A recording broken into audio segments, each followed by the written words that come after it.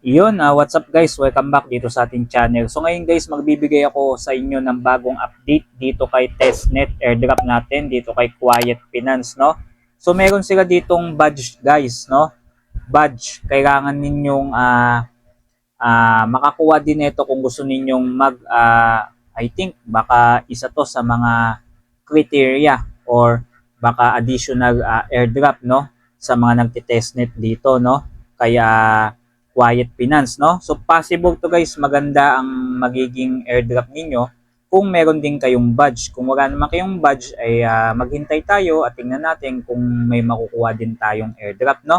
So ngayon guys, eto, pag binuksan niyo yung mismong testnet ng Quiet Finance, yung link nito guys nasa video description. Kung wala pa kayo, ipapakita ko sa inyo kung paano mag-join or mag-testnet, no? So pagkabukas nyo tong website guys, ito agad yung bubungad sa inyo, may bagong badge na lumalabas, no? So, eto guys, may bayad to, no, kapag imimint ninyo ito, no? Baka isa to sa maging no, additional airdrop. So, hindi natin masabi, pero kung gusto niyo subukan mag-mint nito, kayo na, nasa inyong desisyon na yan, no? So, ngayon eto. So, may makikita kayo ditong badge, no, more info. Yan. So, dito ay tatlong badge ang available na pwede nating i-mint. Yan, eto, ayan.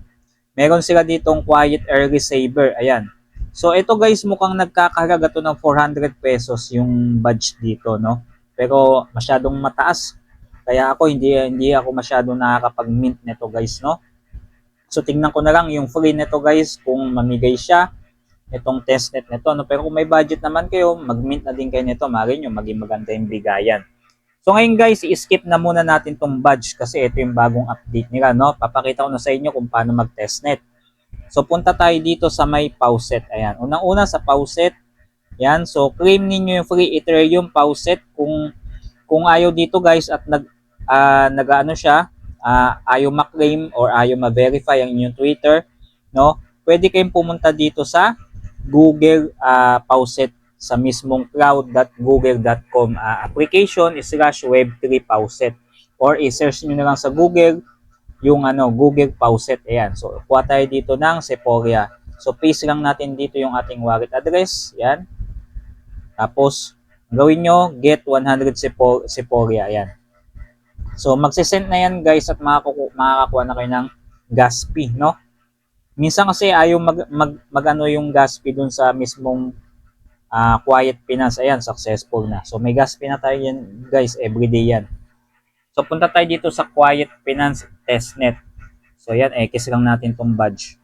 So ngayon dito is punta kayo dito sa Faucet. Ayan, so may makikita din kayo ditong claim 1,000 USDC, no? Ayan, claim niyo yan guys. I-confirm lang niyo sa inyong MetaMask yan. So ayan guys, so i-confirm niyo lang ninyo. Ayan. Tapos confirm lang ulit. Then makiklaim na ninyo yung yung pang-gas fee natin yan. So after nyan, pwede nyo nang i-X yan, no? Kasi automatic na yan. Ayan, no? Nag-loading siya, tapos magsa-successful yan maya-mayang konti. So ito kasi guys, kakailanganin natin itong 1,000 USDC. Ayun, no? Claim na siya guys, no? Kita nyo lumabas sa screen. Yan. So ang gawin natin is punta na tayo dito sa Mint. Ayan, Mint. So gagawin natin dito, syempre 1,000 USDC yan. Hahatiin natin yan guys, gawin natin 500. Yan. Mint natin, tapos confirm lang ninyo sa inyong MetaMask. Ganyan kung paano mag-join sa testnet ng Quiet Finance. Gagawa tayo ng transaction, no? Everyday yan guys, gawin ninyo yan, no? Yan, so double confirm lang natin kasi nag-ano yan sa blockchain. So, ngayon, ang gagawin natin is pagkatapos nito, yan, confirm lang natin. Yan, so, yan, okay na yun. Yun, okay na, yan. So, magsa-successful na yan guys, pwede nyo na ding i-X yan, i-X or hintayin nyo mag-successful, no? Pag lumabas yung go to dashboard, ayan, no? Swap, transaction, successful. Ngayon, gawin natin, punta naman tayo dito sa may points kasi mag-claim tayo dito, no? So, punta muna kayo dito sa may get SQUSD yan. So, kung gusto nyo mag-transact din dito, hatiin nyo, tag 250. Ako, ang ginagawa ko is meron naman ako niyan, eto na lang. Yan, so i-max ko na lang yan, then confirm ko lang. Confirm lang guys, no? Confirm deposit. Tapos magiging successful na siya. So ganun lang kadali naman guys, no? Ah, dalawang beses, tag isang beses nyo lang, bagay dalawang transaction lang gagawin nyo, tag 500 or 250, nasa inyo na yan. Basta importante, may transaction kayong ginagawa dito kay Quiet Finance. Yan. So tingnan natin kung mag-successful ba yan.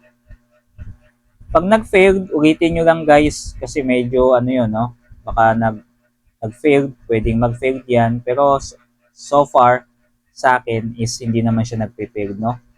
Basic lang naman yan, no? Yan, so hintayin natin siya mag-confirm.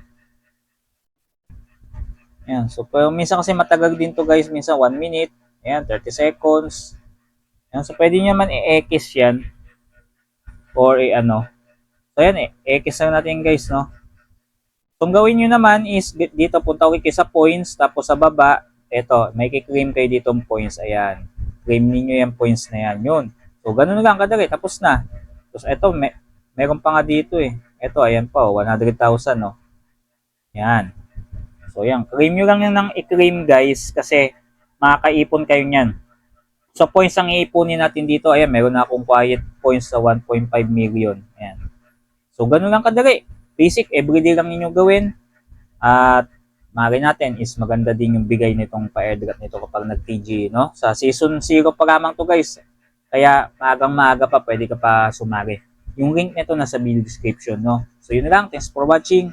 Have a nice day.